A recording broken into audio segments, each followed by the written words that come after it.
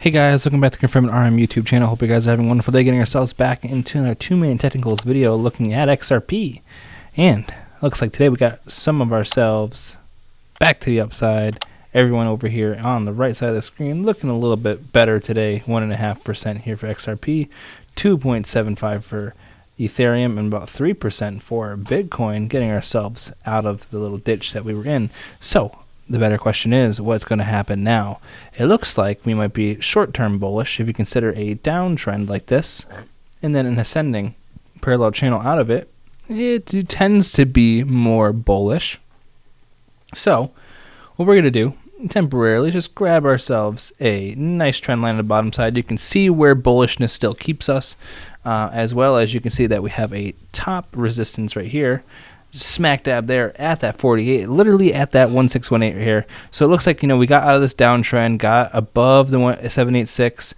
We actually broke out like around the time we had thought. We were thinking around that 48 if we were to get a retracement, and this is what we drew yesterday, and that's where we're at. That's good to see, right, guys? We got a confirmation and getting our close right below here later in the day, and then just without first falling back in the trend and then getting our explosion out of it after retesting.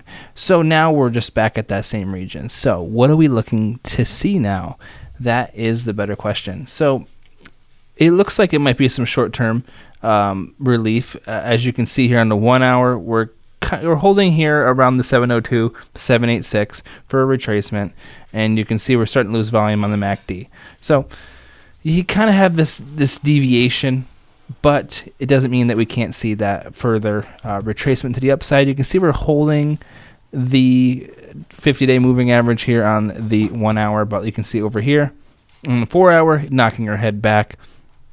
So what we could see from this trajectory, if we're able to get ourselves to close above here by, it looks like the end, in mid-morning tomorrow, we could see our little cheeky long up there. You would say from right here to here. You can see that would bring us right up there to that region of around 49 cents, which is retesting around the region we had fallen from, this horizontal. So what we can do, though, is get rid of this. Yep, we can get rid of that because we don't need that anymore. And that also brings us up to that 2618 region here on the longer term trend. So those two things kind of go hand in hand. So worst case scenario, you see yourself come back, retest the bottom of the trend, and then get yourself to blow off to the top there.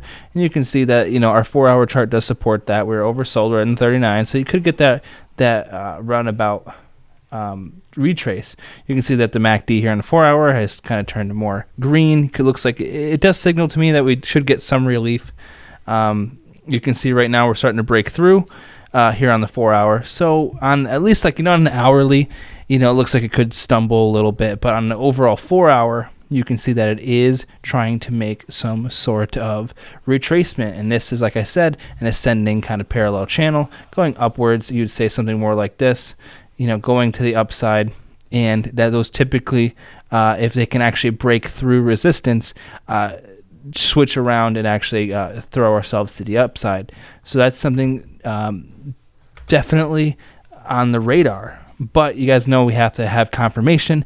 Confirmation would be getting through this 48 price level, holding itself. Like you can see that overall that this is a very, very hard region for it to get through, considering they're over here. You can come back over here, and you can even see all the price region over here back in May.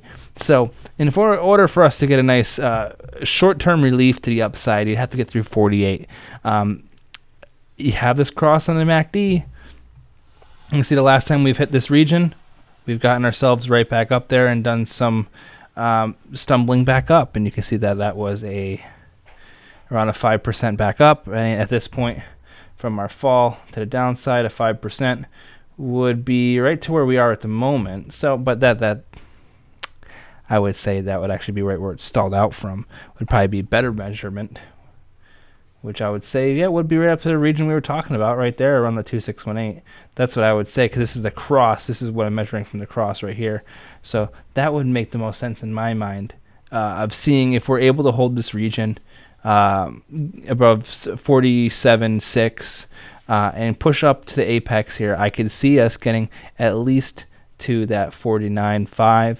Actually break that with conviction. We could even see a retest up there to that 100-day moving average around that 50.5. But, you know, we lose it. You can see what the target would be.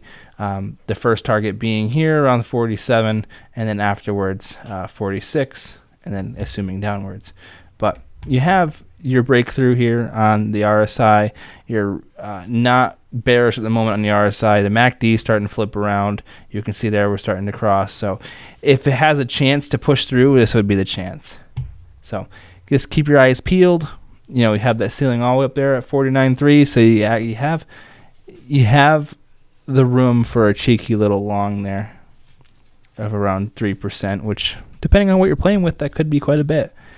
But all right, guys, hope you're having a good morning, afternoon, evening, wherever you are. I appreciate every single one of you. Hope you guys are having a great day. And remember, none of it's financial advice. And we'll see you on the next one.